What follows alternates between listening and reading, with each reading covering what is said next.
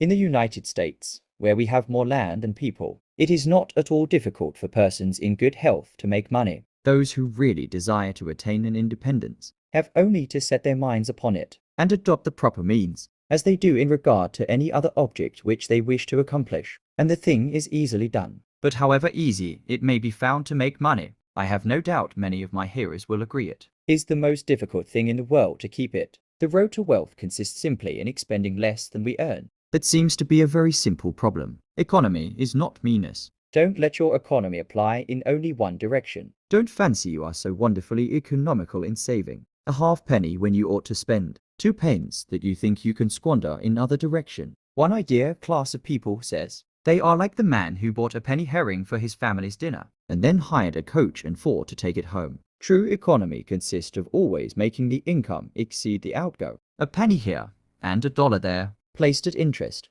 goes on accumulating, and in this way the desired result is attained. There is more satisfaction in rational saving than in irrational spending. It is the eyes of others and not our own eyes which ruin us. It is the fear of what Mrs. Grundy may say that keeps many family noses in the grindstone. Regulate your outgo by your income, and lay up something for the rainy day. You cannot accumulate a fortune by taking the road that leads to poverty. Like causes produces to like effects. Men and women accustomed to gratify every whim and caprice will find it hard, at first, to cut down their various unnecessary expenses. Prosperity is a more severe ordeal than adversity, especially sudden prosperity. Easy come, easy go is an old and true proverb. The foundation of success in life is good health. That is the substratum of fortune. It is also the basis of happiness. The laws of health, which is but another expression for the laws of nature. The closer we keep to the laws of nature, the nearer we are to good health. No man can succeed in business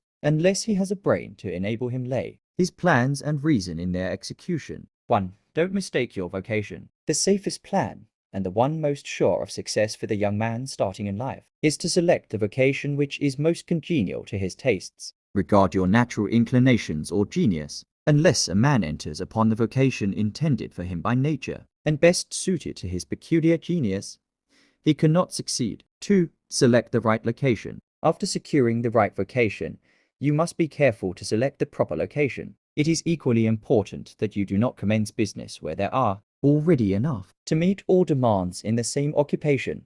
3. Avoid debt. Men starting in life should avoid running into debt. There is scarcely anything that drags a person down like debt. I do not speak of merchants buying and selling on credit, or of those who buy on credit in order to turn the purchase to a profit. But getting in debt for what you eat and drink and wear should be avoided. But let money work for you, and you have the most devoted servant in the world. There is nothing animate or inanimate that will work so faithfully as money when placed at interest. Well secured, it works night and day, and in wet or dry weather. When a man is in the right path, he must persevere, because there are some persons who are born tired, naturally lazy, and possessing no self-reliance and no perseverance. 5. Whatsoever your hand findeth to do, do with all your might. Work at it, if necessary, early and late, in season and out of season, not leaving a stone unturned, and never deferring for a single hour that which can be done just as well. No. Many a man acquires a fortune by doing his business thoroughly, while his neighbor remains poor for life,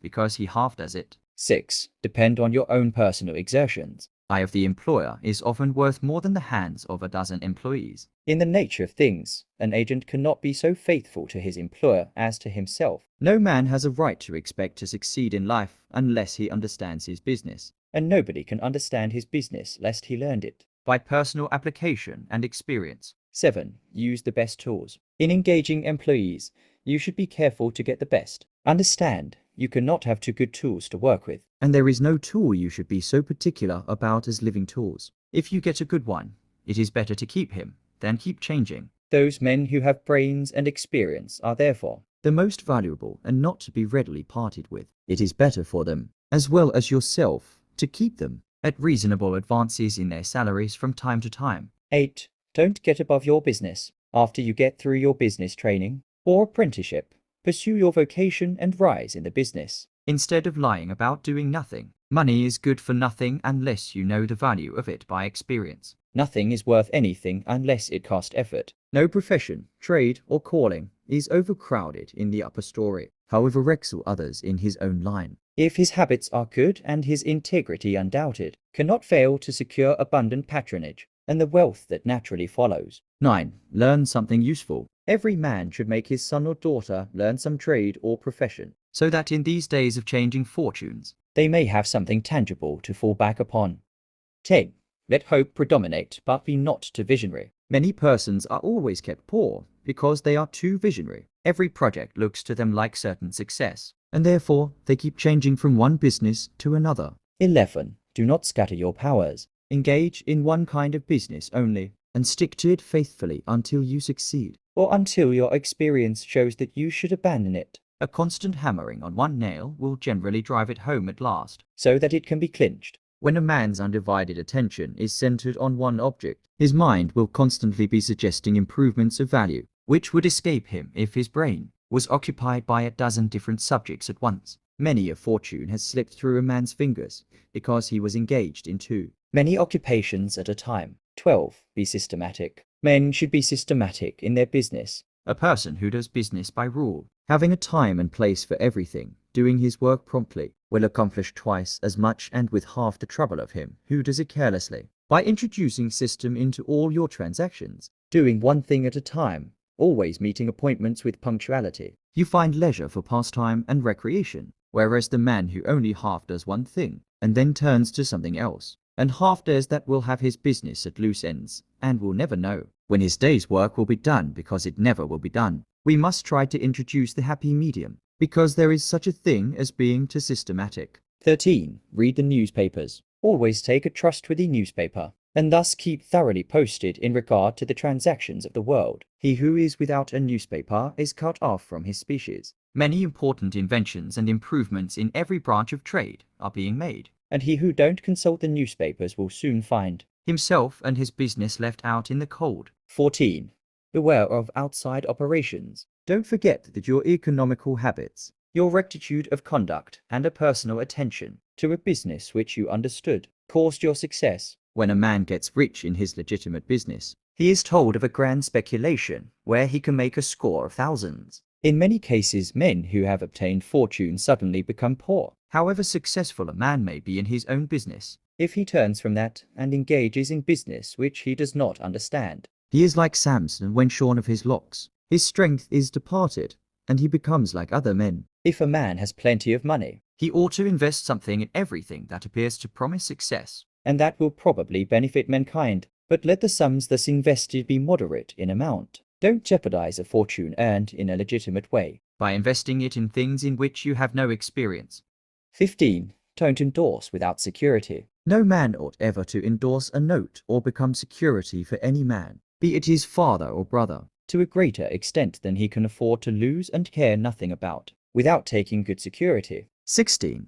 Advertise your business. We all depend more or less on the public for our support. If a man has an article for sale and no one knows about it, it will bring him no return. Advertising is like learning a little is a dangerous thing. Man who advertises at all must keep it up until the public know who and what he is, and what his business is, or else the money invested in advertising is lost. 17.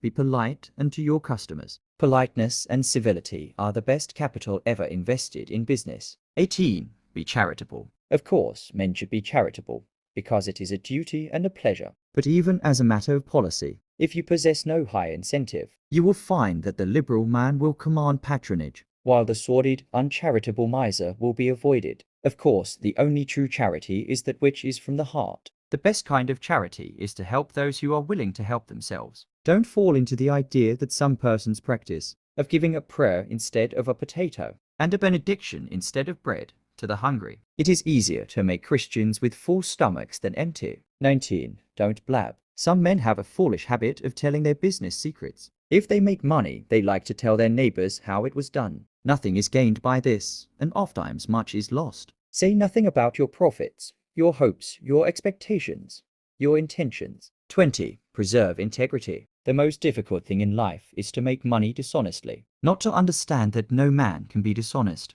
without soon being found out, and that when his lack of principle is discovered, nearly every avenue to success is closed against him forever. Strict honesty not only lies at the foundation of all success in life financially, but in every other respect. Uncompromising integrity of character is invaluable.